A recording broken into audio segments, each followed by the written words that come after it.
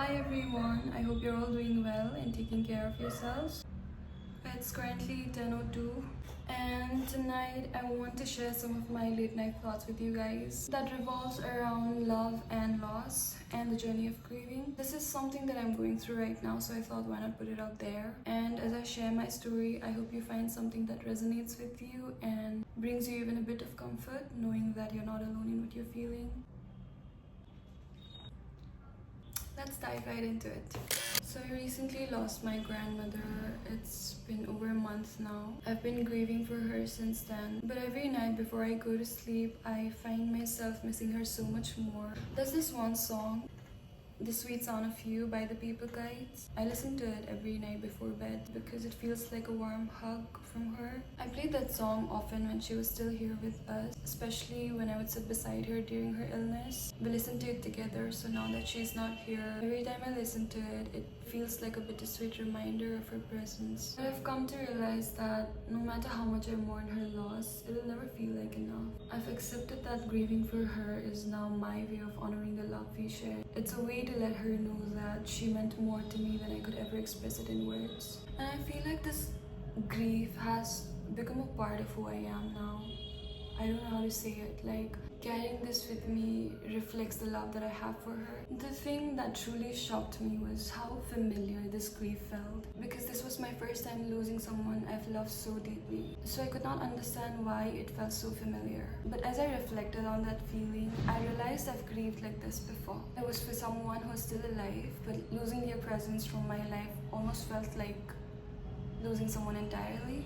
Like that person did not pass away, but just losing their presence felt like experiencing that itself. So when my grandmother passed away, those feelings resurfaced. And I started feeling guilty because I felt like I was letting the previous grief overshadow the sorrow that I was feeling for my grandmother. Like, it made me wonder if I was valuing their presence more than my grandmother's, even if I did not want it to be that way. But in some way, I think at that time it felt like that, because that loss was profound too for me. So in a way it felt the same, only the way I was grieving for my grandmother, I was grieving in the same way for that person. That made me feel guilty, I think. But then again, grief is not a competition, so I'm just allowing myself now to grieve for both the losses. I'm embracing these emotions without guilt. As I reflect on these feelings, I realize that when someone passes away, it hurts so much, but there's a certain kind of closure that comes with it, right? You know that they're gone now. But grieving for someone who's still alive is a whole different ballgame. It's so heartbreaking because you know that they're there, but you can't reach them.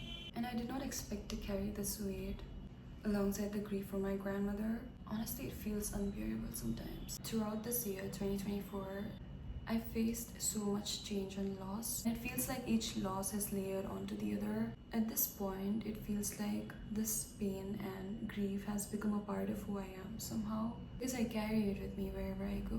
Nobody understands it, nobody sees it, but I know it's there. It's not a feeling that comes and goes. It's become a part of me now. Am I making sense?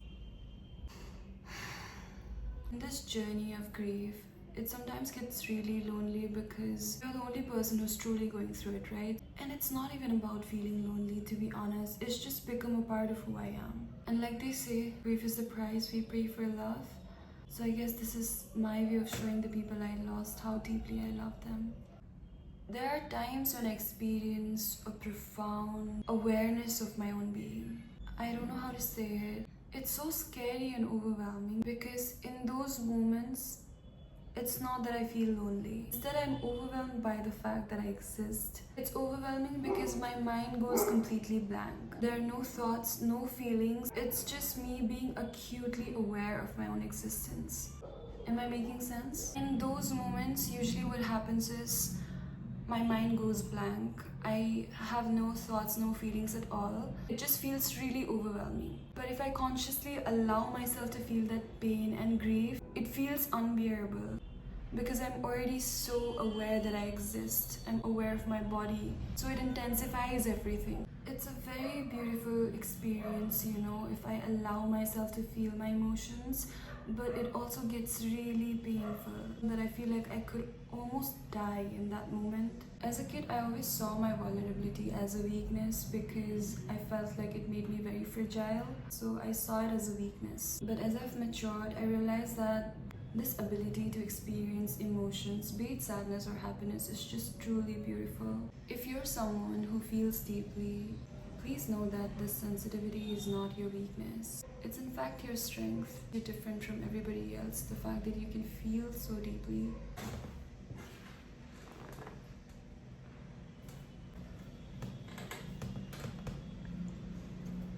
In these reflections, I recognize how interconnected our emotions truly are, how they shape our understanding of ourselves.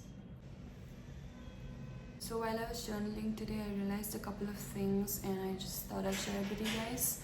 So I've had to let go of people I loved deeply this year, and there's definitely space for new things and experiences in my life now. But what I realized today while journaling is that there's no space emotionally and energetically for new experiences. As in, I've realized, although I felt like I'm making room for new experiences and beginnings, I've been holding on to old memories and emotional baggage so tightly, which is, I think, keeping me away from moving forward. It's like trying to fit new furniture into a room which is already packed with old stuff. It just doesn't work like that. So I realized I need to work on releasing those memories and the emotional baggage that I'm holding on to and create space for new beginnings. The other thing I realized while journaling is that losing people I've loved so deeply has left me feeling like I'm only half of myself now. It's like the other half of me has gone with those I've lost. And that's a very heavy thing to carry around. But I know this is a part of my healing process and it's okay to feel like this sometimes. I just have to keep your love and the good memories close to my heart and work on becoming whole again, maybe. Anyway, guys.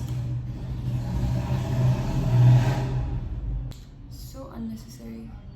Yeah, I'm rereading this Metamorphosis by Franz Kafka. I've read this before, but I'm reading it again because it's really comforting. The Trial, I haven't completed this one because I've just been too busy overthinking. It's past 11 right now.